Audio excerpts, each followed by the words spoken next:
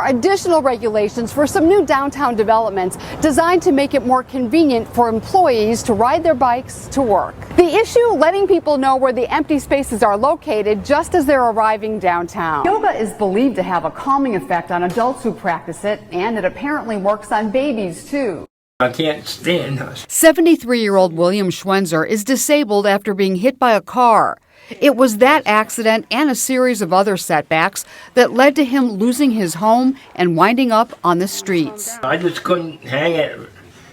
I don't know. Just things happen. And William's situation is not unique here at St. Anne Place, where those experiencing homelessness go for help. St. Anne Place can help you. Many of the client's circumstances seem overwhelming. Steve McDonald says he's suffering from terminal cancer, but unable to afford an apartment, Steve sleeps wherever he can. I sleep under a building, a garage overhang that keeps me dry. Is it scary? Yeah, I've been robbed twice. I got police reports and everything else. It's scary for all of us, not just me. It's stories like those that tend to keep Mary Manuel and Raven Green up at night. You get upset just listening to him talk, I notice. I did like I ain't supposed to. You're supposed to keep it together. Yeah, I'm supposed to, because he almost broke down like 3 times, and then I'm like, I gotta keep my focus. Because as members of the City of West Palm Beach's homeless outreach team, it's their mission to get as many people as they can off the streets and into permanent housing. You got an opening, I'll take it. Mary used to work at the Lewis Center, which provides temporary shelter to homeless people. What she's doing now is much more comprehensive. Okay, so the care manager that she was referring to that's going to contact in 2 weeks, did I misunderstand that? She and Raven sometimes spend days, weeks, even months trying to line up housing, health care, and other critical needs for clients like William. He don't want to go to shelter, but he want to get off the street right now today. Then he don't want a roommate. It's a lot of things that he don't want and things that he do want, but, I'm still trying to figure out, something. Hopefully one of these phone calls I could hear something, some good news. The number of people needing services far outweighs the funding available to provide them. So many of the team's clients wind up waiting in line, especially for housing. It's hard to find housing because of the cancer, and nobody will accept me. 30-year-old Andre James says for the past couple of years he's been sleeping outside and showering here. He'd like to hit the reset button on his whole life with a new apartment and a new job. But so far, no luck. They reached out to several places, but still nothing. It's very frustrating for Andre and also for those who are trying to help him. We take everything with a grain of salt, and you just let it roll right off of you when it happens. Because if you don't, it'll potentially build up and you won't be able to do this job. Raven and Mary say they'll just keep plugging away, doing all they can to get their clients' lives back on track. And those who depend on the team hope they never stop. Don't give up on us. This is Sheryl Kahn reporting for WPB TV. Latinos Unidos. Protests like this one erupted coast to coast after Florida Governor and presidential hopeful Ron DeSantis signed into law one of the toughest crackdowns on undocumented immigrants in the country. No SB 1718. Hundreds of demonstrators marched across downtown streets past Hispanic-owned businesses that had been closed for the day in protest. They rallied in front of West Palm Beach City Hall and the Palm Beach County Courthouse, gathering supporters along the way. Because I'm Hispanic and I want to support them. Among the law's provisions, stricter employment requirements that will allow state authorities to conduct random audits of businesses suspected of hiring undocumented workers, and increased criminal penalties for human smuggling with felony charges for those caught transporting someone from any other state into Florida. 17-year-old Sheryl Tomas, whose parents immigrated to South Florida from Guatemala, is distraught about the new law. Both of my parents are immigrants, and I've seen that we've been fighting for a very long time, and this is just a setback, so it really hurts.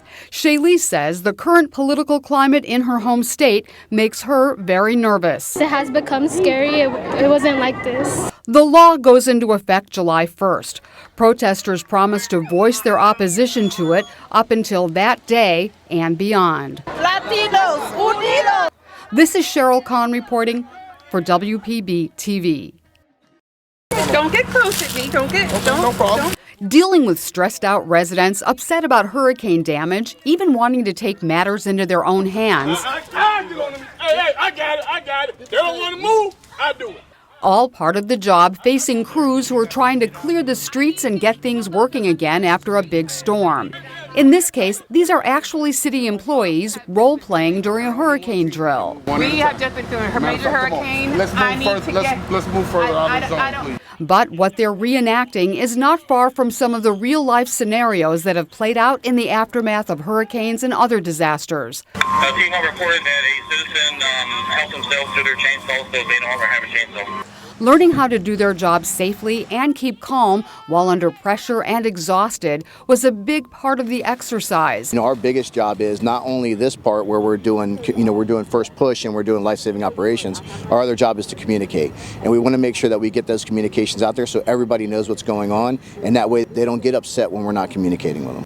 This drill covered just about every situation, with fake snakes planted in tree stumps, flooded streets, a victim who needed to be extricated from a crushed car, and a downed live power line in the middle of the street.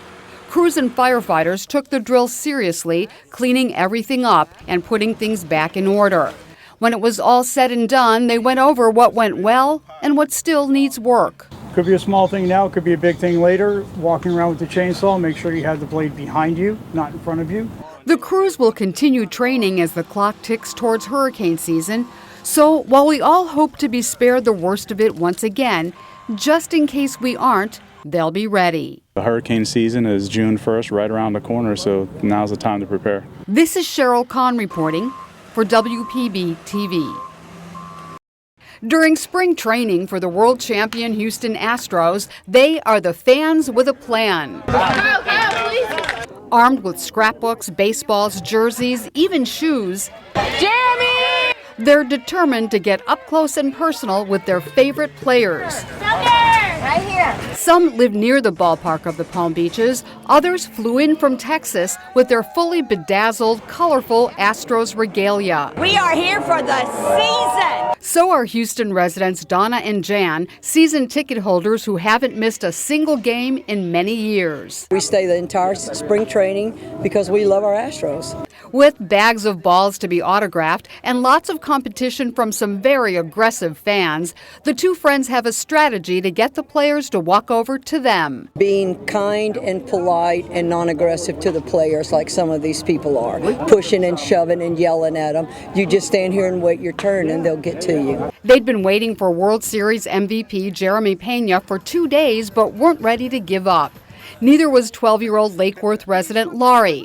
She and her family wanted to meet all the Latino players, especially those from their native Venezuela. And these Atlanta brothers, diehard baseball fans, were visiting their grandparents in Florida and trying to add to their autograph collection. 13-year-old Brady's ambitious plan was to get somebody to give him a bat. I'm going to get a bat. It's pretty obvious. That's pretty confident. I'm going to get a bat. So for the next couple of hours, they all lined the fence outside the practice field along with everybody else until finally this. Venezuelan superstar Jose Altuve stopped to chat with Laurie's family, so of course they invited him to dinner. You invited him to your house? Yes. What did he say? He said no because he had to work. Meanwhile, Brady did get some autographs, but not the bat he was after. But for superfans Donna and Jan, a home run. What do you think of these ladies? They love you. They were here yesterday and I told them I was going to sign for them. So You're a good guy. I kept my promise. And we appreciate that. Thank you so much. And that, these fans say, could just be a sign of some very good things to come once again for their very favorite team. Yeah, Astros! Woohoo! This is Sheryl Kahn reporting for WPB TV. These Port St. Lucie sisters used to garden just for fun, but now they've turned their backyard hobby and obsession into a business named after themselves, KC Nursery. Most of these plants grow from my backyard. Yeah, grow and raised by us. My husband said, Cece, you have lots of plants, you need to do something about it. So they got their business license, decided which of their plants they could part with, and started selling them. Their booth at the mini green market on the waterfront was an instant hit. Kiki and Cece grew up in Thailand, where they say they learned a lot about the healing properties of herbs and teas. Now they like to share what they've learned with their customers. Thai people eat a lot of herbs, and then we like to grow the herbs in our backyard, and that's mean we making more healthy and everything. With the help of other family members, they're able to move dozens of plants from backyard to booth with plans to expand as they go along. We will have a little bit more what we bring here. And then make sure everything is from our heart. And all this just because two sisters with green thumbs decided to share their bounty and their passion for plants with as many people as possible. This is Sheryl Kahn reporting for WPB TV.